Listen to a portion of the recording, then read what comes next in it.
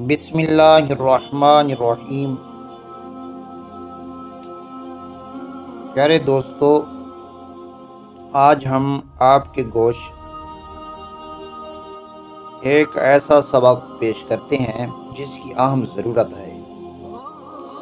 آج کل کے اس پرفتن دور میں ہم دیکھتے ہیں کہ ہماری مساجدیں نمازیوں سے خالی ہی رہ جاتی ہیں، اور کہیں پر ایسے حلائق ہیں جہاں پر نمازیوں کی کثرت ہوتی ہے، خصوصاً ہماری بستیوں میں خصوصاً مسجدیں خالی ہوتی ہیں۔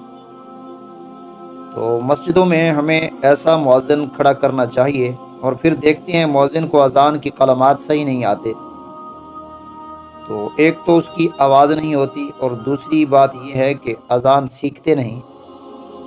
جس کا جی چاہتا ہے اپنی مرضی سے اذان دے دیتا ہے۔ کوئی بھی کام ہو اس کا سیکھنا ضروری ہے۔ تو جب اذان دیتے ہیں اشہد انا، نون کو بڑھا دیں گے، الف کو بڑھا دیں گے، تو اسی طریقے سے بہت سے ایسے کلمات ہیں جس سے سن کر یعنی بیزاری ہوتی ہے۔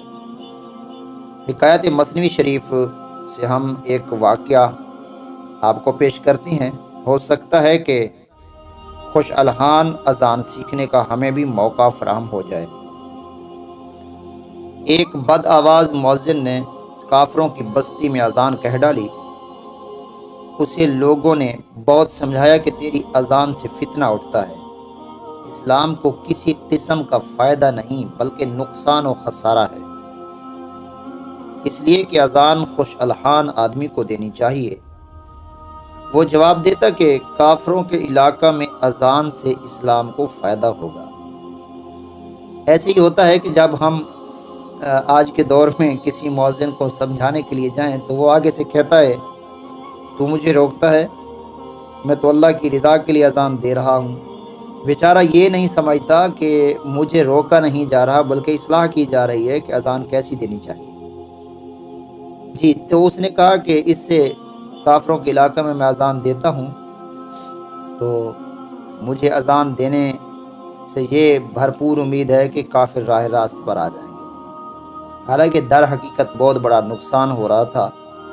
کافر اس کی اذان سے خوش تھے کہ اس کی اذان سے مسلمانوں کا دینی نقصان ہو رہا تھا، چنانچہ کافروں نے اسے ہدایہ و تحفہ سے بھرپور کر دیا۔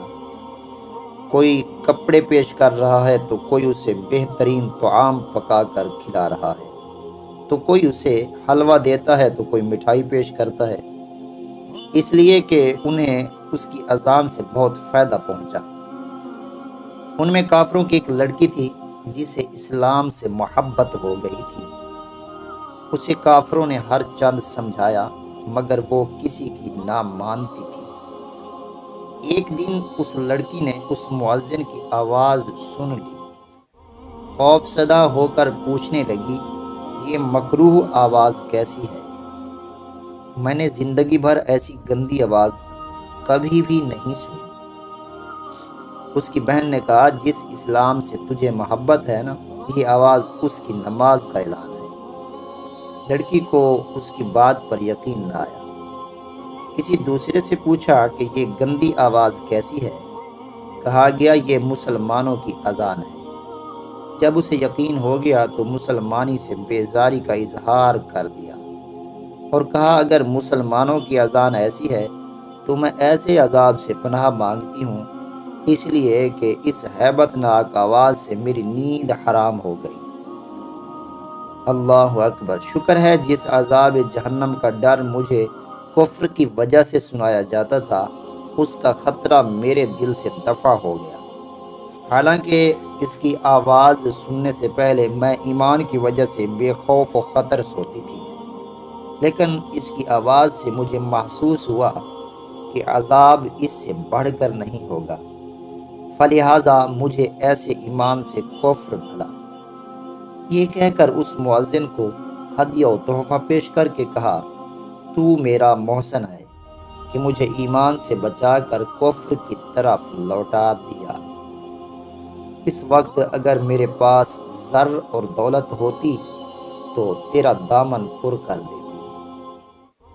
یہ تھی دوستو کہانی مؤذن کی۔ اور مؤذن کی بد آواز کی یہ کہانی تھی، جس سے نتیجہ نکلا کہ مؤذن خوش آواز ہونا چاہیے تاکہ مسلمانوں کے دلوں پر اس کی آواز اثر کر دے اور وہ اللہ کے گھر میں دوڑتا ہوا لوگوں کو دیکھے کہ میری اذان کی وجہ سے لوگ دوڑتے ہوئے آ رہے ہیں۔ اللہ عز و جل ہمارے معاشرے میں اذان و مؤذن کو بہتر پانے کی توفیق عطا فرمائے، آمین بجاہ النبی الامین۔ دوستو، اگر آپ ہمارے چینل پر نئے ہیں تو چینل کو سبسکرائب کر دیجئے تاکہ ہمارے سابقہ اسباق سے آشنا ہو سکیں اور ہماری ہر آنے والی ویڈیو آپ کے موبائل پر سب سے پہلے پہنچے۔ اچھی بات کو آگے پھیلانا صدقہ جاریہ ہے۔